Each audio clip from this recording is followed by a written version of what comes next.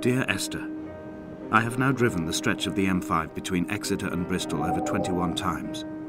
But although I have all the reports and all the witnesses, and have cross-referenced them within a millimetre using my Ordnance Survey maps, I simply cannot find the location. You'd think there would be marks to serve as some evidence.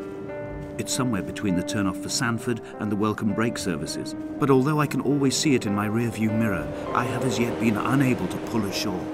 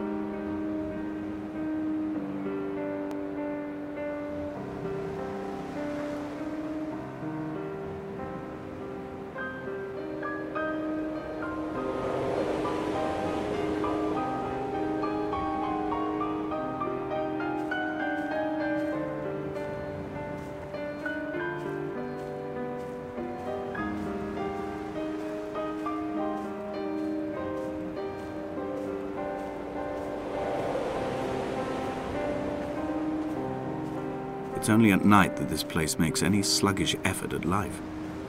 You can see the buoy and the aerial. I've been taking to sleeping through the day in an attempt to resurrect myself. I can feel the last days drawing upon me. There's little point now in continuation. There must be something new to find here. Some nook or some cranny that offers a perspective worth clinging to. I've burnt my bridges. I've sunk my boats and watched them go to water.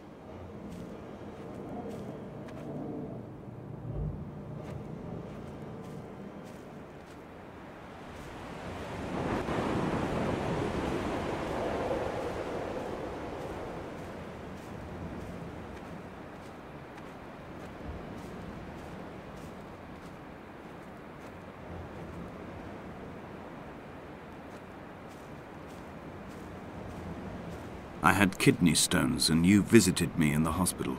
After the operation, when I was still half submerged in anesthetic, your outline and your speech both blurred. Now my stones have grown into an island and made their escape, and you have been rendered opaque by the car of a drunk.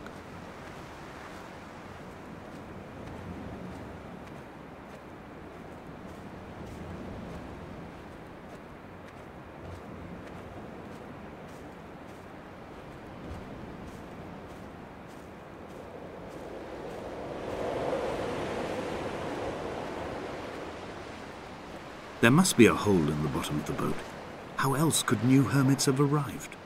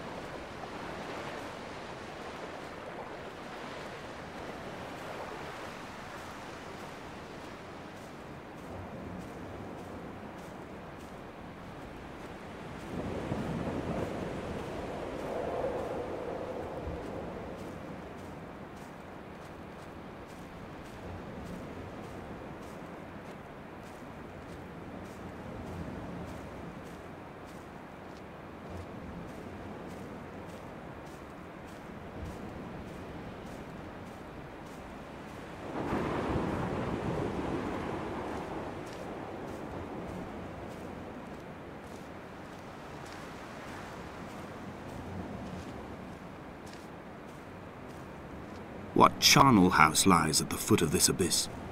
How many dead shepherds could fill this hole?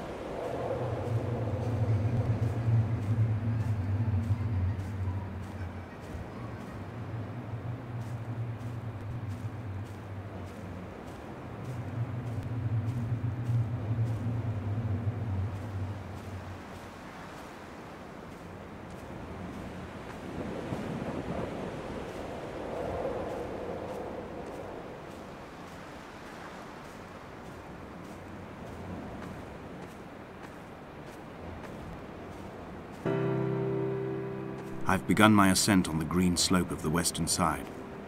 I've looked deep into the mountain from the shaft and understood that I must go up and then find the way under. I will stash the last vestiges of my civilization in the stone walls and work deeper from there. I'm drawn by the aerial and the cliff edge. There is some form of rebirth waiting for me there.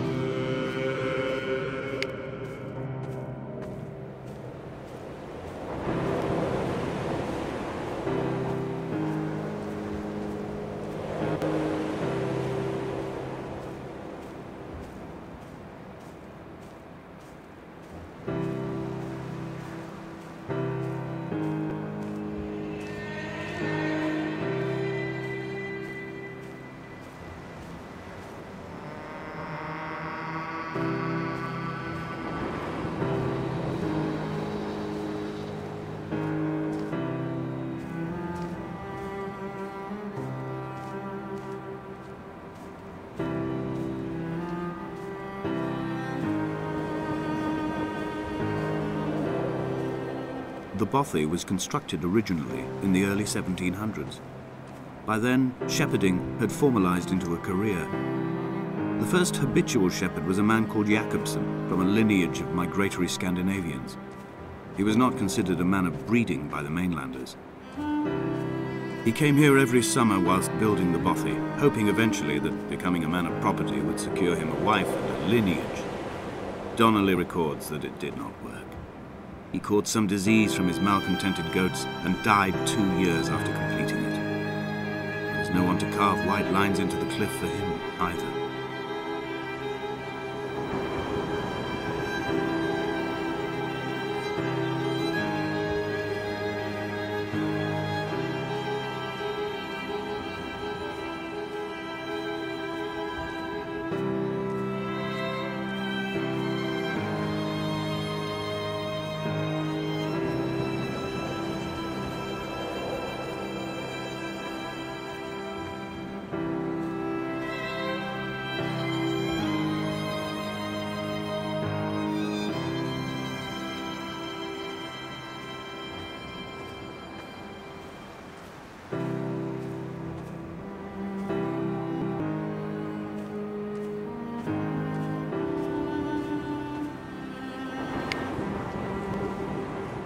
My heart is landfill. These false dawns waking into the still never light. I sweat for you in the small hours and wrap my blankets into a mass. I have always heard the waves break on these lost shores, always the gulls forgotten. I can lift this bottle to my ear, and all there ever is for me is this Hebridean music.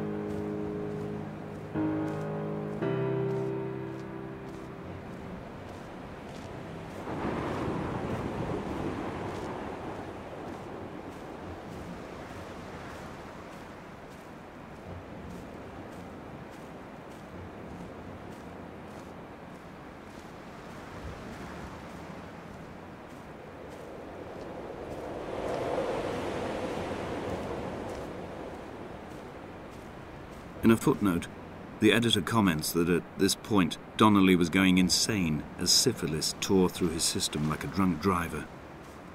He is not to be trusted. Many of his claims are unsubstantiated, and although he does paint a colourful picture, much of what he says may have been derived directly from his fever.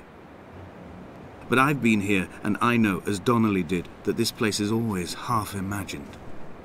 Even the rocks and caves will shimmer and blur with the right eyes.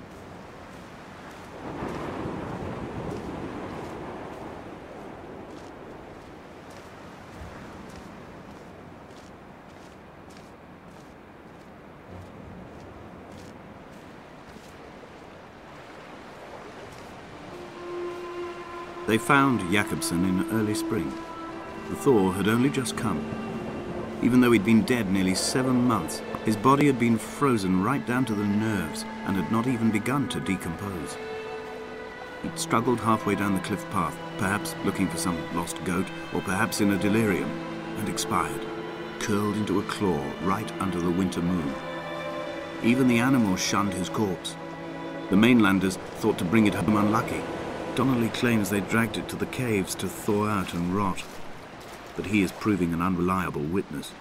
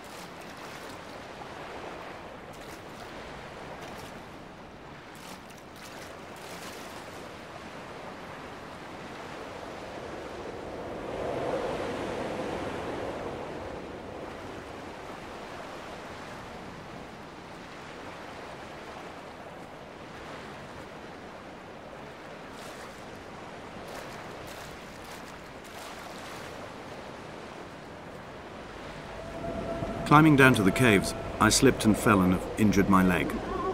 I think the femur is broken. It is clearly infected. The skin has turned a bright, tight pink, and the pain is crashing in on waves, winter tides against my shoreline, drowning out the ache of my stones. I struggled back to the bothy to rest, but it has become clear that there is only one way this is likely to end. The medical supplies I looted from the trawler have suddenly found their purpose. They will keep me lucid for my final ascent.